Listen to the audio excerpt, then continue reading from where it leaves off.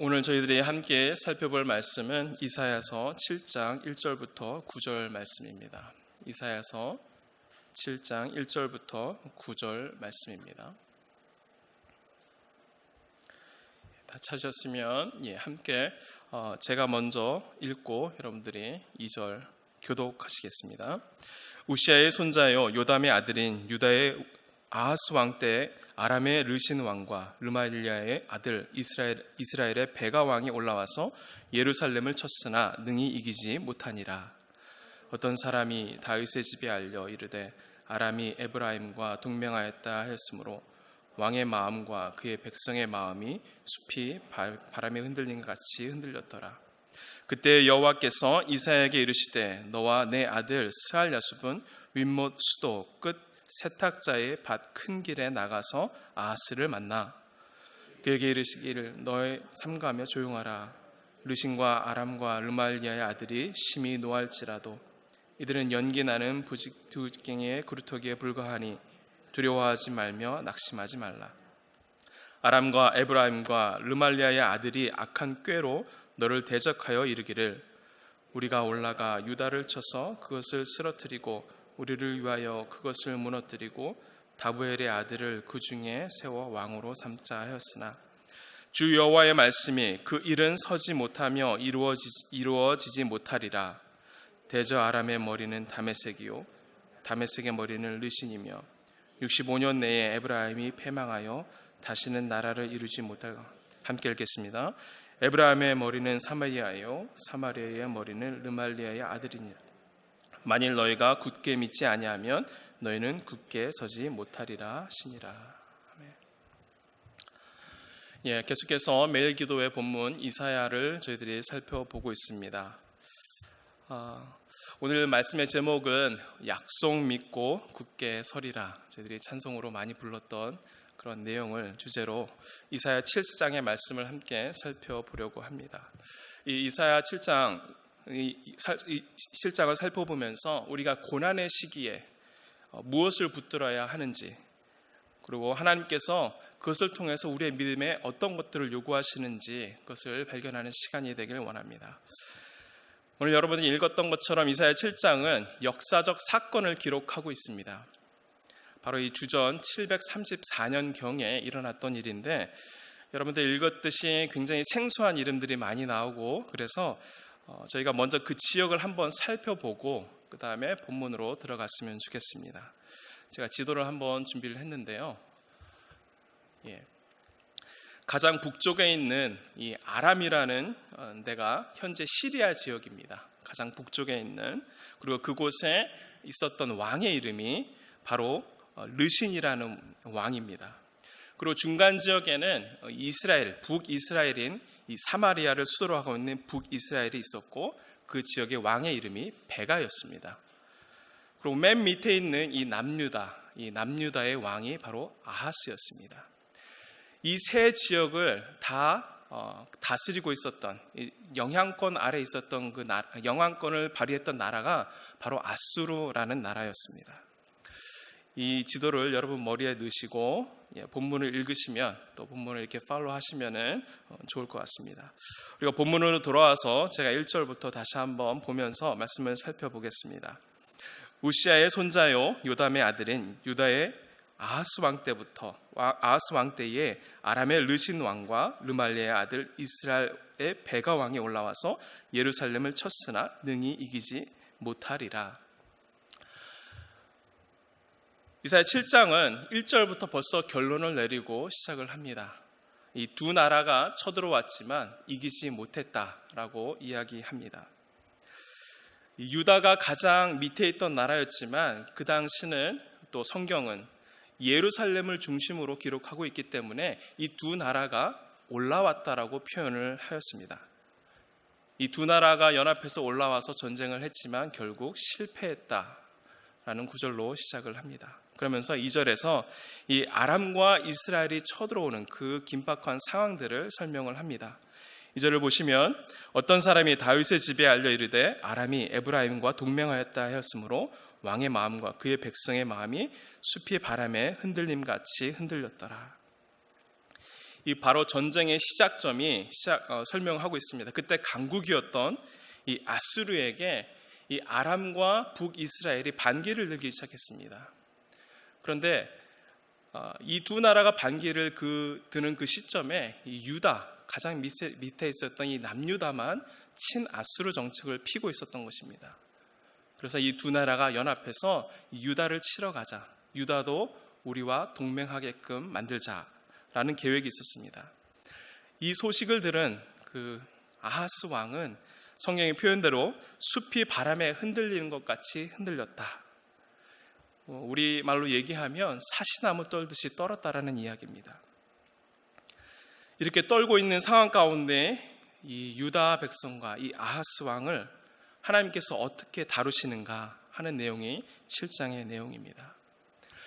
우리가 삶을 살아가다 보면 믿는 우리에게도 고난과 이러한 두려움이 닥쳐올 때가 많이 있습니다. 이 사시나무 떨듯이 떠는 이 두려움이 현실이 될까봐 우리의 마음이 흔들릴 때가 굉장히 많이 있습니다. 하나님께서 오늘 이사야에게 말씀하신, 또 이사야를 통해서 유다 백성에게, 아하스 왕에게 말씀하신 그 말씀을 통해서 우리 안에 있는 두려움들, 우리 안에가 닥치고 있는 이 고난들을 하나님께서 어떻게 다루실까를 한번 살펴보면서 함께 은혜를 나누기를 원합니다. 우리에게 닥친 이 고난, 그리고 우리에게 닥쳐오는 이 두려움에 흔들리지 않기 위해서는 먼저 상황이 아니라 약속을 볼 수 있어야 합니다. 상황이 아니라 약속을 볼 수 있어야 합니다. 3절에 보시면 그때 여호와께서 이사야에게 이르시되 너와 내 아들 스알야숲은 윗모스도 끝 세탁자의 밭 큰 길에 나가서 아하스를 만나. 하나님은 이사야를 아하스에게 보내시면서 직접 말씀도 하시지만 간접적인 사인도 주셨습니다. 그것이 그의 아들입니다.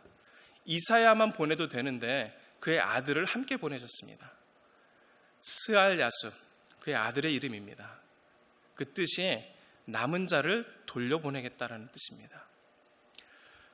하나님은 이사야를 보내시면서 아하스에게 이 약속을 하신 것입니다. 이 남은 자를 돌려보내겠다. 이 남은 자에게 담긴 의미가 이미 전쟁이 있다라는 것을 의미합니다. 전쟁이 있겠지만 끝까지 너희들을 멸망시키지 않고 남은 자를 돌려보내겠다. 주님의 약속이었습니다.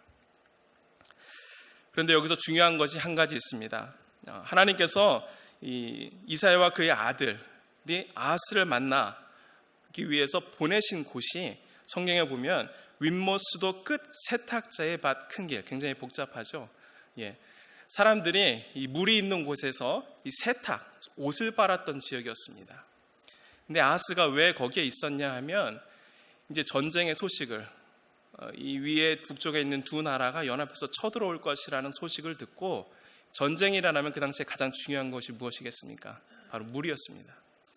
그래서 예루살렘 성 밖에 있는 물을 안으로 끌어들이려는 그 공사를 하고 있는 현장에 하나님은 이사야를 보내신 것입니다.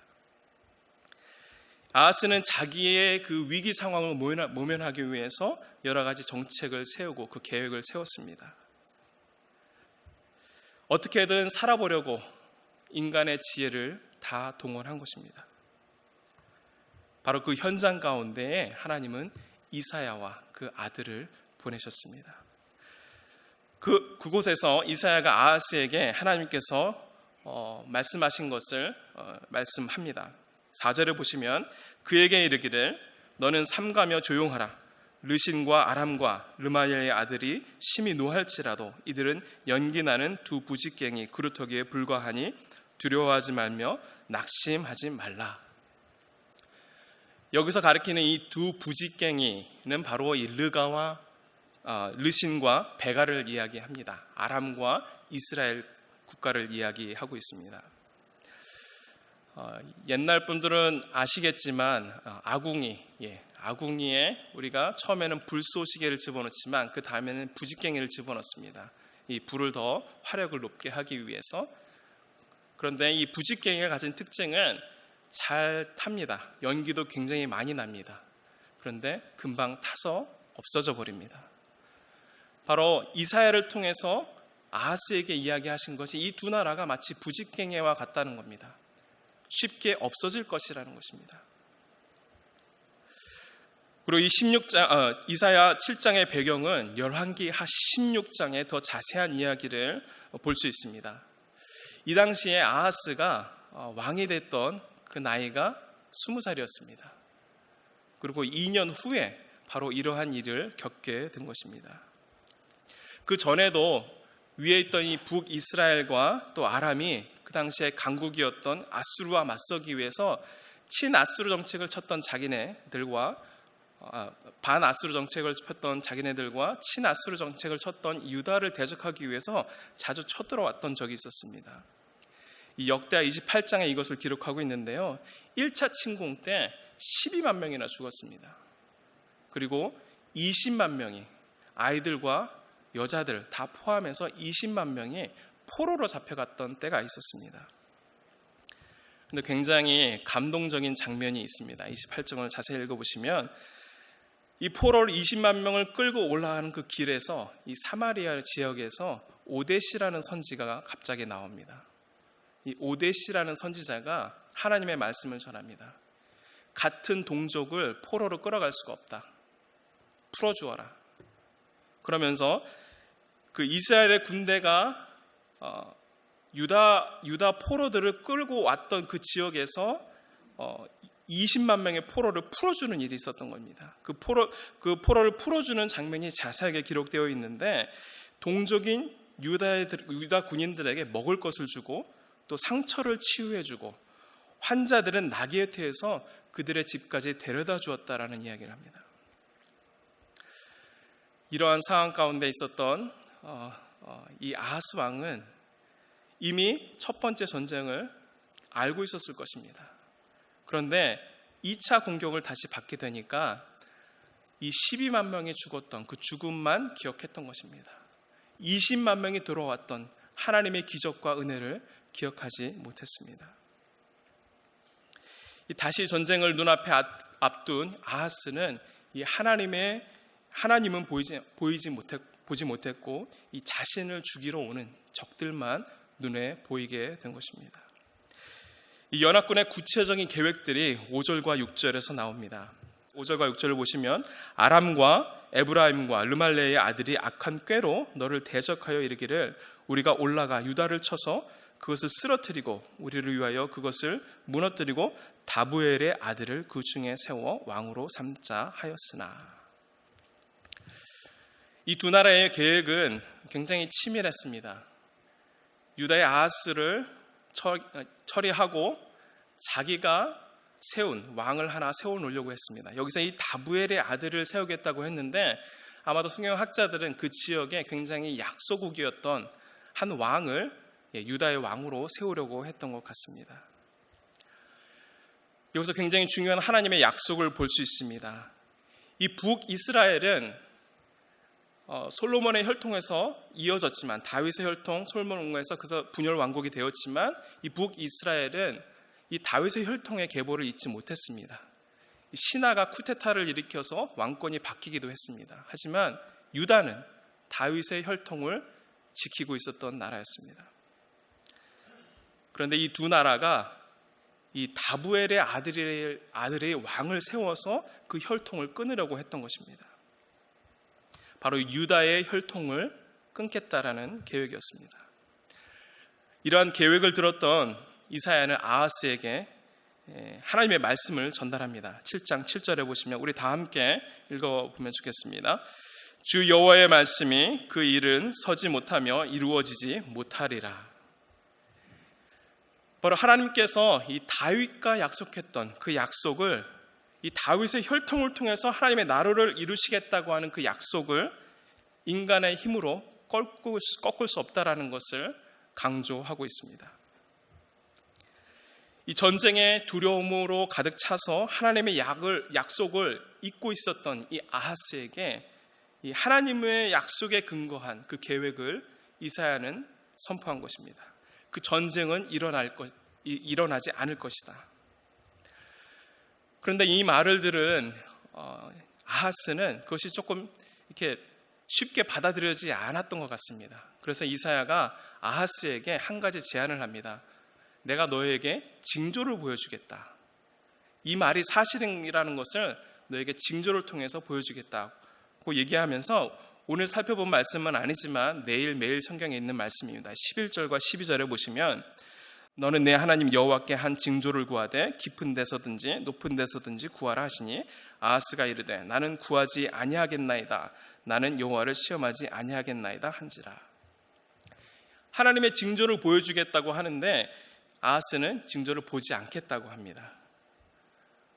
이렇게 대답한 아하스에게 이사야가 굉장히 중요한 징조를 고집스럽게 보여줍니다. 고집스럽게 이야기합니다.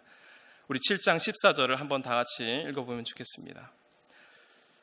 그러므로 주께서 친히 징조를 너에게 주실 것이라. 보라, 처녀가 잉타하여 아들을 낳을 것이요 그의 이름을 임마누엘이라 하리라.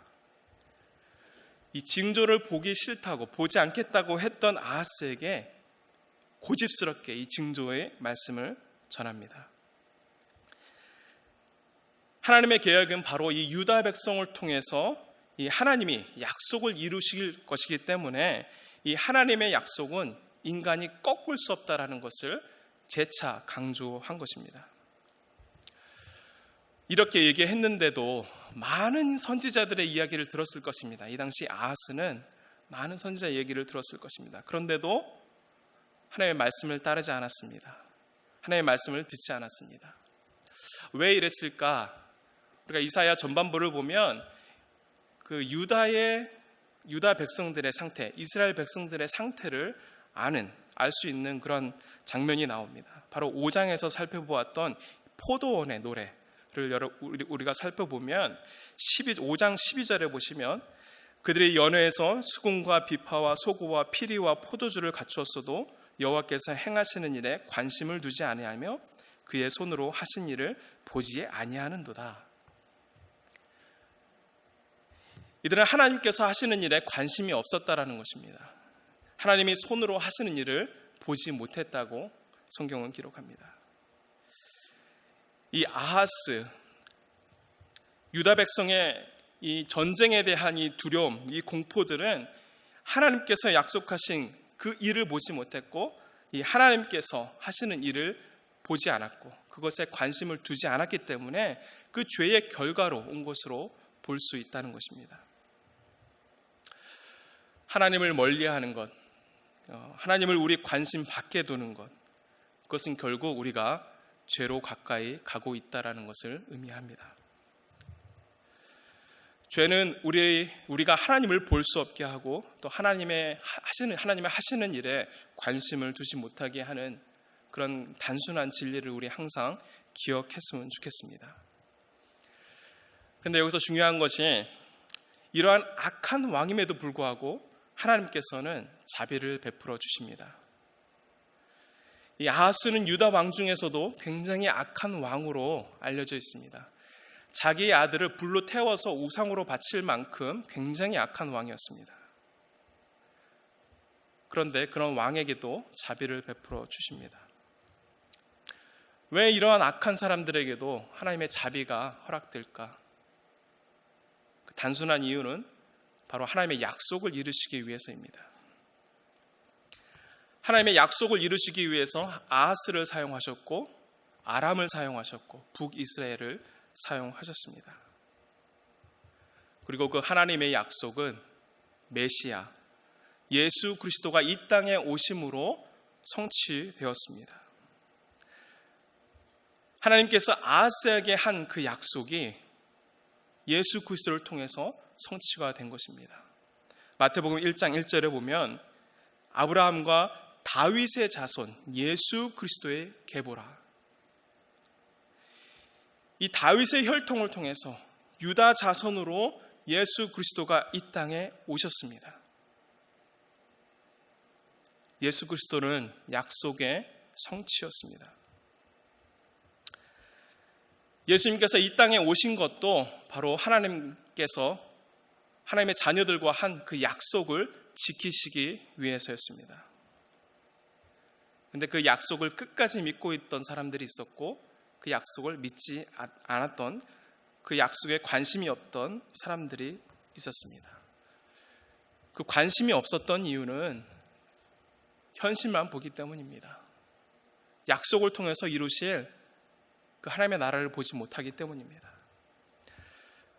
우리가 항상 기억했으면 좋겠습니다. 이 현실 상황의 두려움을 보는 것이 아니라 하나님의 약속을 보면 좋겠습니다. 우리에게 닥치는 이 고난이 이 부지깽이 연기와 같습니다. 우리가 하나님의 일에 관심을 두고 또 하나님의 약속해 주신 그 약속을 어떻게 이루어 나가실까에 관심을 두게 되면 우리에게 닥치는 고난, 우리에게 닥치는 그 두려움들은 그 순간 바로 부지깽이로 변하게 될 것입니다.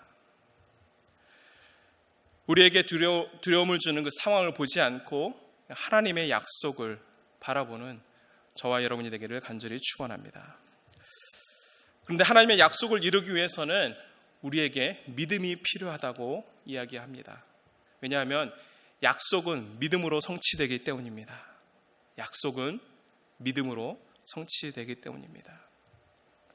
하나님은 스스로 약속을 이뤄 나가실 수 있는 분입니다. 하지만 하나님은 우리와 함께 우리를 통해서 일하시길 원하십니다. 먼저 하나님께서 이사야를 통해서 아하스에게 약속을 하십니다. 8절과 9절에 보시면 대저 아람의 머리는 다메섹이요 다메섹의 머리는 르신이며 65년 내에 에브라임이 패망하여 다시는 나라를 이루지 못할 것이며 에브라임의 머리는 사마리아요 사마리아의 머리는 르말리아의 아들이니라. 여러 가지 이름들이 많이 나오지만 요약해서 말씀드리면 바로 에브라임은 이스라엘을 상징합니다. 바로 65년이 지나서 망할 것이라고 예언합니다. 그리고 다시는 너희들이 나라를 이루지 못할 것이라고 예언합니다. 이때부터 65년을 계산해 봤습니다. 제가 전반부에 말씀드렸던 것처럼 이때 당시에 그 시점은 BC 734년이었습니다. 그런데 북이스라엘이 망한 시점이 언제였습니까? BC 722년이었습니다. 그럼 12년밖에 차이가 나지 않습니다. 그러면 65년은 뭔가 성경에 잘못 기록되고 있는가 이렇게 볼 수 있는데 성경 해석가들이 이렇게 해석을 합니다. 바로 65년 후면 BC 669년이 됩니다. 669년에 이 아수르가 그때까지도 굉장히 강국이었는데 이 전쟁을 하면서 이 포로로 데려고 왔던 많은 사람들을 이 이스라엘 북이스라엘 사마리아 지역으로 이주를 시킵니다. 그래서 많은 민족들이 섞여서 살게 된 시점이 바로 669년입니다. 우리 신약에서도 많이 언급이 되었던 이 사마리아 지역, 유다 민족들이 이스라엘 예루살렘에 있었던 사람들이 이 사마리아 사람들을 천대했던 이유가 바로 이 혼혈되었기 때문에 천대받았던 그런 사건들이 신약에서도 자주 언급이 되었습니다. 예전에는 하나님께서 선택한 한 민족이었습니다. 이제는 그 나라의 정통성을 잃어버리게 된 것입니다. 오늘 말씀처럼 다시는 나라를 이루지 못할 것이다. 이 말은 이제는 이스라엘의 정통성을 가진 나라를 세우게 될 수 없을 것이다. 세울 수 없게 된 것을 의미합니다. 그리고 하나님은 약속을 지키셨습니다. 이 아람의 르신 왕이 2년 후에 죽게 됩니다. 그리고 이스라엘은 12년 후에 멸망하고 바로 65년 후에는 완전히 민족성이 사라지는 나라를 이룰 수 없게 된 것입니다. 이 한 나라가 망하고 서는 것은 하나님의 손에 달려 있습니다. 우리의 삶 또한 우리가 서고 넘어지고 일어서는 것도 하나님의 손에 달려 있습니다. 하나님의 구원의 계획, 하나님의 약속을 이루시는 것은 하나님의 손에 전적으로 달려 있지만 그 약속을 성취하기 위해서 우리에게 조건을 다루십니다. 오늘 9절 후반절에 보시면 우리 다 함께 읽어봤으면 좋겠습니다. 9절 후반절에 만일 너희가 굳게 믿지 아니하면 너희는 굳게 서지 못하리라 하시니라. 영어로 읽어보시면 If you do not stand firm in your faith, You will not stand at all. 조금 표현이 더 이해가 쉽죠. You will not stand at all. 믿음으로 굳게 서지 않으면 아무것도 설 수 없다라는 얘기입니다. 아예 설 수 없다라는 이야기를 하고 있습니다. 하나님께서 스스로 일하실 수 있는 분이지만 그 일 가운데 우리에게 요구하시는 것은 바로 믿음이라는 것을 말씀하고 있습니다. 우리 흔히 크리스천들이 표현할 때에 믿는 자와 믿지 않는 자를 이야기합니다. 무엇을 믿는 자입니까? 우리가 쉽게 대답할 수 있는 것이 예수 그리스도, 복음을 믿는 사람들이라 이렇게 대답할 수 있습니다. 그런데 그것을 조금 더 정확하게 이야기하자면 바로 하나님의 약속을 믿는 사람들입니다. 하나님께서 약속을 이루시기 위해서 예수 그리스도를 이 땅에 보내셨고 또 예수 그리스도가 우리에게 약속하신 것은 다시 오시겠다고 한 그 약속을 믿는 믿음이 바로 믿는 것입니다. 하나님께서 이 다윗 왕조, 이 유다의 미래가 이 하나님의 약속에 대한 우리의 반응, 그 믿음으로 성취된다라는 것을 보여주고 있습니다. 이와 같이 우리의 미래, 우리에게 닥치는 환난, 이것은 하나님의 약속을 대하는 우리의 믿음에 달려있다라는 것을 동시에 말씀해주고 있습니다. 여러분들 이스라엘 백성들이 홍해를 건널 때 그 사건을 잘 아시죠? 뒤로는 애국 군대가, 앞으로는 홍해 바다가 있었습니다. 바로 이 사면 초가에 있던 상황 가운데서 모세는 이스라엘 백성에게 두려워하지 말고 가만히 있어라. 우리 여호와 하나님께서 너희를 위해서 싸우실 것이다. 이렇게 선포하면서 이스라엘 백성들을 안심시킵니다. 그렇게 안심시킨 후에 하나님께서 모세에게 이렇게 말씀하셨습니다. 출애굽기 14장 15절 16절에 보시면 여호와께서 모세에게 이르시되 너는 어찌하여 내게 부르짖느냐 이스라엘 자손에게 명령하여 앞으로 나아가게 하고 지팡이를 들고 손을 바다 위로 내밀어 그것을 갈라지게 하라. 이스라엘 자손이 바다 가운데서 마른 땅으로 행하리라. 여기서 내가 너희를 위해 싸울 것이다 라는 것은 하나님의 약속입니다. 그리고 앞으로 나아가라 라는 것은 명령이었습니다. 그리고 이스라엘 백성들은 믿음으로 그 발을 내딛기 시작했고, 그리고 홍해는 모세의 지팡이를 통해서 갈라지게 되었습니다. 여기서 우리가 배울 수 있는 교훈은 믿음이 없으면 기적도 없습니다. 이 하나님의 약속은 우리의 믿음을 조건으로 할 때가 굉장히 많이 있습니다.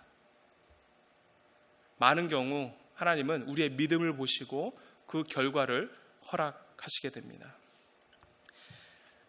이 출애굽 사건, 이 홍해 사건을 히브리서 기자는 이렇게 기록하였습니다.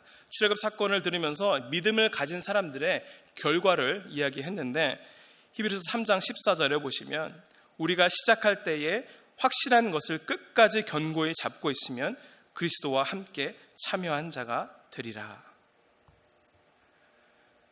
이 표현이 너무나 마음에 들었습니다. 이 믿음이 처음 확신한 것을 끝까지 견고히 잡고 있는 것이라고 말씀합니다.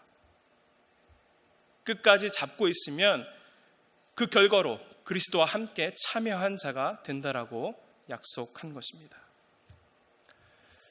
믿음은 간단히 이야기하면 그 믿음의 끈을 끝까지 붙잡고 있는 것입니다. 말씀을 마무리합니다. 우리가 살아가면서 이 두려움과 고난이 닥쳐올 때가 굉장히 많이 있습니다.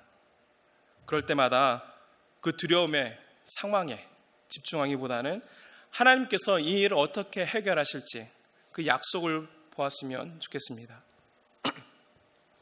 하나님의 약속에 관심을 가지고 그 약속을 내 마음에 품고 있으면 내 속에 있는 두려움은 그 순간 바로 부직갱이로 변하게 될 것입니다.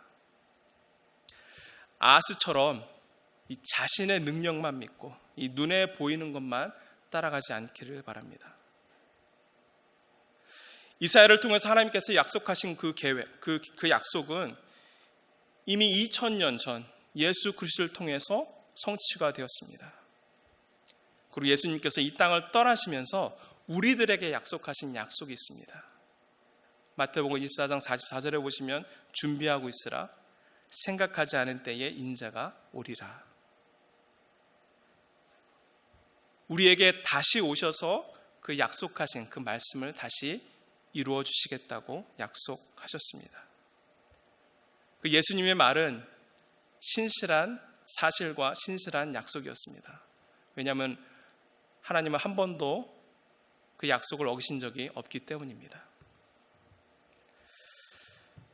오늘 본문을 통해서 우리에게 한 가지 맡겨진 일이 있다면, 이사야가 아하스를 찾아가서 그 하나님의 약속을 다시 한번 되뇌었던 것처럼 우리도 누군가에게 이 아하스와 같이 삶을 살아가는 사람들에게 이사야와 같은 약속의 말씀을 전하는 도구로 하나님께서는 사용하시길 원하십니다. 희한하게도 내가 믿고 있는 약속을 이 누군가에게 전달할 때, 그 약속을 누군가에게 전달할 때에 그 약속이 내 마음 가운데 더욱더 확고해지는 것을 경험하게 됩니다. 이 세상을 아직도 아하스처럼 살아가고 있는 사람들, 아직도 내 힘으로 살아가고 있는 사람들, 그 사람들에게 이 하나님의 약속, 바로 예수 그리스도가 우리의 삶의 주인이시며 우리를 영원한 생명으로 인도해 주시겠다고 하는 그 약속을 삶으로 보여주며 살아가는 저와 여러분이 되시기를 주님의 이름으로 축원합니다.